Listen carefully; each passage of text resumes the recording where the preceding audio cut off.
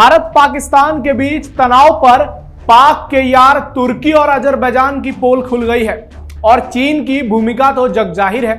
तुर्की ने अपने घटिया कर्मों से बता दिया है कि वो कितना बड़ा एहसान फरामोश देश है, जिसने भारत का नमक खाकर भूकंप के झटकों में उबरकर उसकी पीठ में खंजर घोंपा है। अजरबैजान की क्या हैसियत है ये आगे आपको बताएंगे, लेकिन भारत पाकिस्तान संघर्ष के बीच एक नया गठबंधन तेजी से उभरकर सामने आ रहा है, जिसका नाम थ्री ब्रदर्स अलायंस है। इसमें पाकिस्तान और उसके दो यार तुर्की और अजरबैजान शामिल हैं। चाहे मुद्दा कोई भी हो, ये तीनों देश एक दूसरे का आंख मूंद कर पुरजोर समर्थन कर रहे हैं और उसका कारण सिर्फ इस्लाम है। ऐसे में ये थ्री ब्रदर्स नहीं बल्कि थ्री जिहादी कठमुल्लों का समूह है जो भारत की सुरक्षा में सेंध लगाना चाहता है। हालांकि इसकी इतनी हैसियत नहीं है।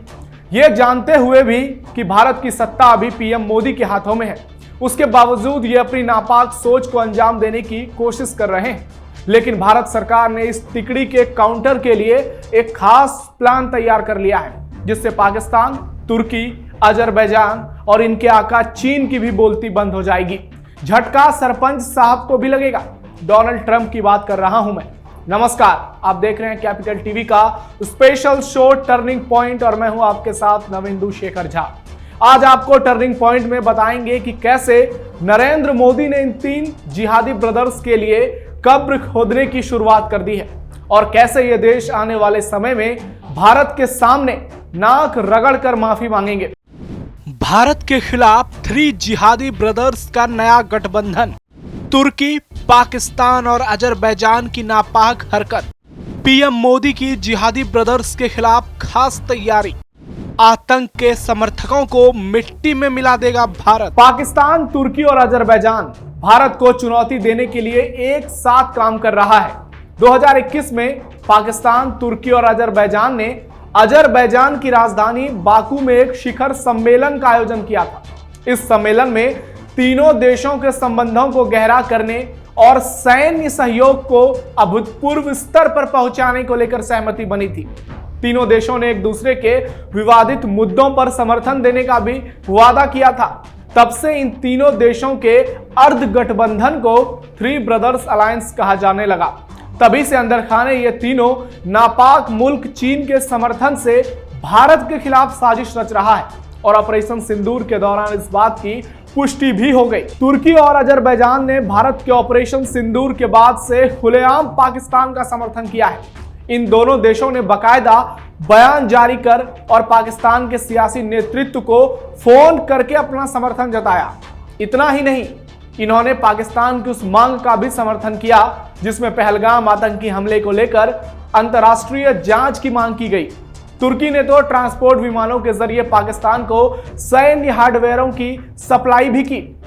पाकिस्तान ने तुर्की से खरीदे ड्रोन का इस्तेमाल भारत के खिलाफ हमले के लिए किया, जिसे भारतीय सेना ने दिवाली के पटाखों की तरह हवा में उड़ा दिया और तुर्की को यह बता दिया कि भारत के खिलाफ कुछ बड़ा करना है तो पहले इन खिलौनों से कुछ बेहतर बनाने की सोचो, कुछ बड़ा करने की सोचो।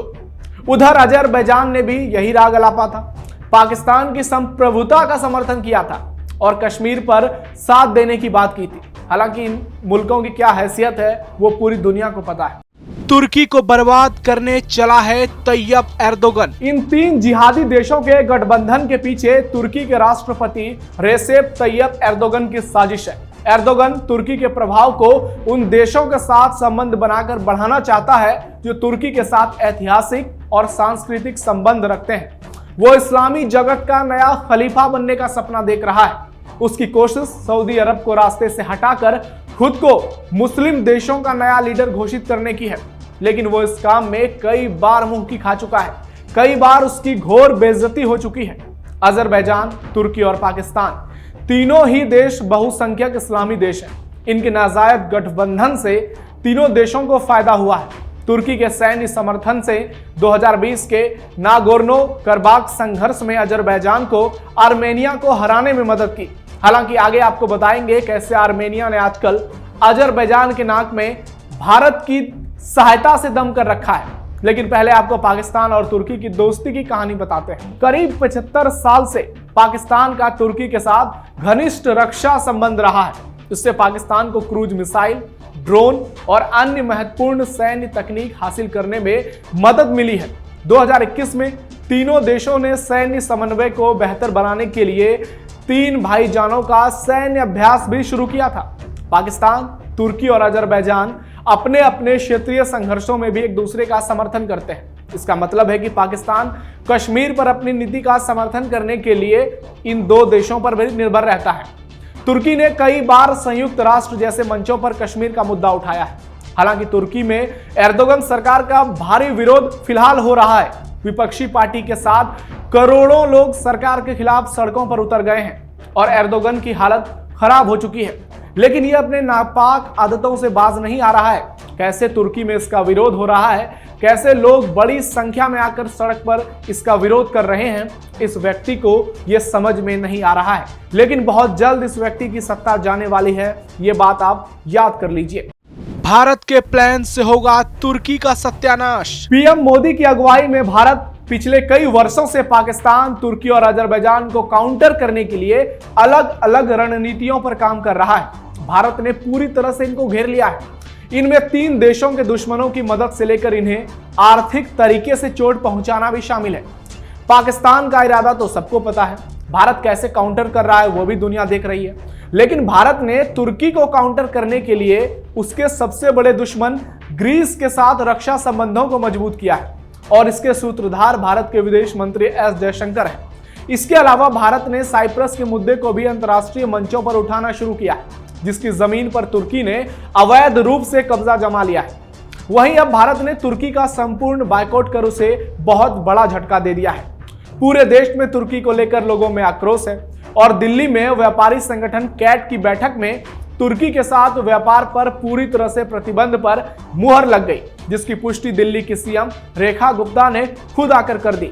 तो तुर्की हर ओर से घिर गया है। भारत ने तुर्की के साथ सारे रिश्ते तोड़ दिए हैं और कुछ दिन में इसके परिणाम सामने आ जाएंगे।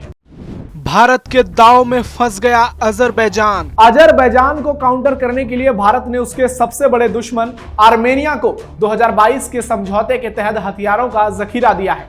अजरबैजान और आर्मेनिया के बीच नागोर्नो काराबाख को लेकर पुरानी दुश्मनी है। इन हथियारों के लिए भारत ने आर्मेनिया से एडवांस में पैसे तक नहीं लिए। कहा जाओ तुम मारो इसको अजरबैजान को, हम खुलकर तुम्हारा समर्थन करेंगे। भारत पाक तनाव के बाद आर्मेनिया ने अजरबैजान पर हमले शुरू कर दिए। अजरबैजान की नाक में दम करने के लिए आर्मेनिया आगे आ चुका है और इसके पीछे भारत का बहुत बड़ा सहयोग है। अजरबैजान के रक्षा मंत्रालय ने एक प्रेस रिलीज में कहा था 13 मई को रात 8:45 से 9:30 तक गोरस और चंबारक जिलों में दिशा में तैनात आर्मेनियाई सशस्त्र बलों ने अजरबैजान सैनिकों के ठिकानों पर रुक रुक कर लगातार गोलीबारी की। ये गोलीबारी ऐसे समय पर हुई जब अजरबैजान भारत और पाकिस्तान तनाव में बेगानी शादी में अब्दुल्ला बन रहा है। आर्मेनिया बलों की गोलीबारी के बाद तुर्की का भी कोई बयान नहीं आया। तुर्की हमेशा अजरबैजान और पाकिस्तान का बड़ा भाई बनने की कोशिश करता है। इस गोलीबारी से भारतीयों में खुशी देखी गई क्योंकि वो पिछले 1 हफ्ते से अजरबैजान और तुर्की का बायकॉट कर रहे हैं। आर्मेनिया ने भारत के साथ 2022 में एक डिफेंस डील साइन की थी, जिसके तहत भारत ने आर्मेनिया को anti drone system, ATGS towed howitzer, TC-20 wheeled self propelled हार्वियर, अश्विन बैलिस्टिक मिसाइल, इंटरसेप्टर और आकाश वायु रक्षा मिसाइल निर्यात किया था। भारत के साथ आर्मेनिया की हुई इस डील ने अजरबैजान की बेचैनी बढ़ा दी थी और तभी से वो भारत से गुस्सा है। हालांकि गुस्सा होकर भी तुम कुछ नहीं कर पाओगे। नागोर्नो काराबाख के विवादित क्षेत्र को लेकर आर्मेनिया अजरबैजान में लंबे समय से संघर्ष चल रहा है, जो अजरबैजान के भीतर एक ऐसा इलाका है जिसमें आर्मेनियाई आबादी का बहुमत है। यह संघर्ष दशकों से चल रहा है, जिसमें लड़ाई के दौर का एक जटिल इतिहास शामिल है। वहीं पाकिस्तान के साथ साथ तुर्की और इजराइल भी संघर्ष में शामिल हैं। तुर्की और अजरबैजान के खिलाफ कैसे पीएम मोदी और विदेश मंत्री एस जयशंकर ने चक्रव्यूह की रचना की है वो मैंने आपको समझा दिया। तुर्की और अजरबैजान हर ओर से घिर गया। चीन भी कुछ नहीं कर पा रहा है और पाकिस्तान की तो कोई औकात ही नहीं है। इसी दबाव के चलते अमेरिका ने तुर्की के साथ मिसाइल डील की मंजूरी दे दी है, जो अमेरिका की भी बेचैनी बताता है। जो सरपंच साहब की भी बेचैनी बताता है। यानी भारत की डिप्लोमेसी ने, पीएम मोदी और एस जयशंकर की नीतियों ने कमाल कर दिया है बॉस। हमारे दुश्मन, खासकर इन 3 जिहादी ब्रदर्स को भारत ने अपनी कूटनीति की जाल में फंसा लिया है और इनकी कब्र खोद दी है। बहुत जल्द ये मुल्क भारत के सामने गिड़गिड़ाएंगे और मोदी से माफी मांगेंगे, भारतीयों से भीख मांगते नजर आएंगे। सबसे बुरी हालत चीन की हो गई है, जो ना सामने आ पाता है, ना पीठ पीछे भारत की कूटनीति को नुकसान पहुंचा पाता है।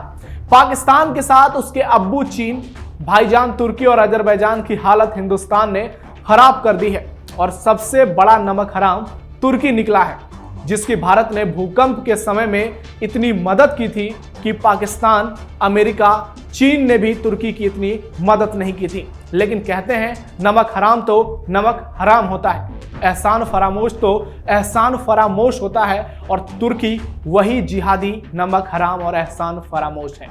तो कैसा लगा आपको हमारा ये special show turning point? Comment box में जरूर बताइए। फिलहाल इतना ही। आप देखते रहिए कैपिटल टीवी। धन्यवाद।